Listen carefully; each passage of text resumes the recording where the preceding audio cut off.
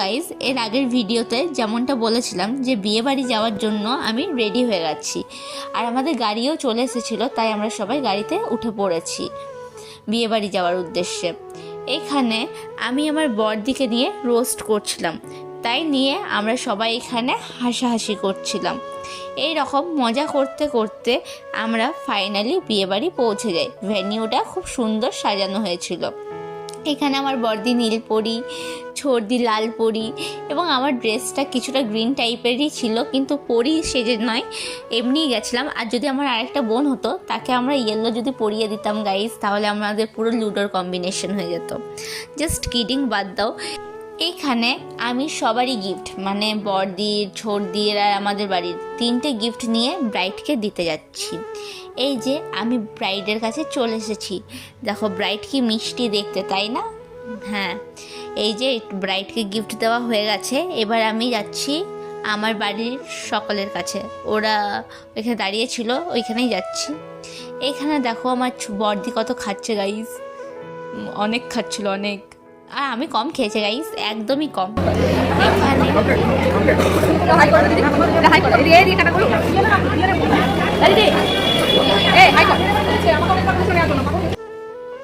এদেরকে ভালোতে বললে শোনে না, এমনি করে বললেই ওরা আমাকে গুরুত্ব দেয়। এখানে বর আসবে বলে সবাই বাইরে দাঁড়িয়েছিল, অনেক ভিড় ছিল আর আসতে টাইম লাগছিল, তাই আমি খেতে চলে যাই। খেতে এসে দেখি আমার দাদা জামাইবাবু তো আগে থেকেই খাচ্ছে, আমাদেরকে না জানিয়েই গাইস। এখানে জামাইবাবু একটু হাই করে দিচ্ছে।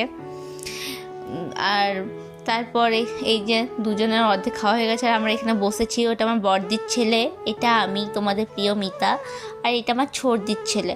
আর এখানে আমার ছোটদি মা, ওই যে বড়দি আর বড়দির মেয়ে বসে আছে। এইখানে দেখো মেনু কার্ড, কী কী খাবার আছে পড়ে বলতে। স্যালাড ছিল, কাসুন্দি ছিল, অনেক কিছু ছিল, তোমরা একটু পড়ে নিও। আর এখানে যে খাবার দাওয়া শুরু করেছে, মানে আমি কিছুটা ভালো খেয়েছিলাম, তারপর থেকে আমি যত খাবার নিয়েছিলাম সব নষ্ট করেছিলাম। এটা হচ্ছে আমার নাতনি গাইস, আমি এর দিদা।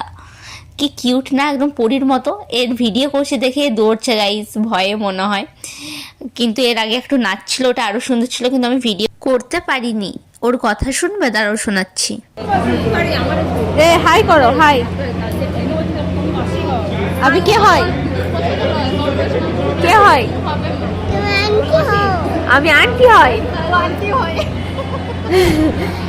আমার নাতনির সঙ্গে মজা করার পর আমরা আবার বাড়ি যাওয়ার জন্য গাড়িতে উঠে পড়েছি। এবার আমরা যাব বাড়ি এসে ড্রেস চেঞ্জ করে আমি আর আমার দিদির মেয়ে একটু বান্দরামি করছিলাম, কিন্তু উনি তো ওনার মামার সঙ্গেই ঘুমোবে, তাই উনি আমাদের গুড নাইট করে চলে গেল। Good night guys.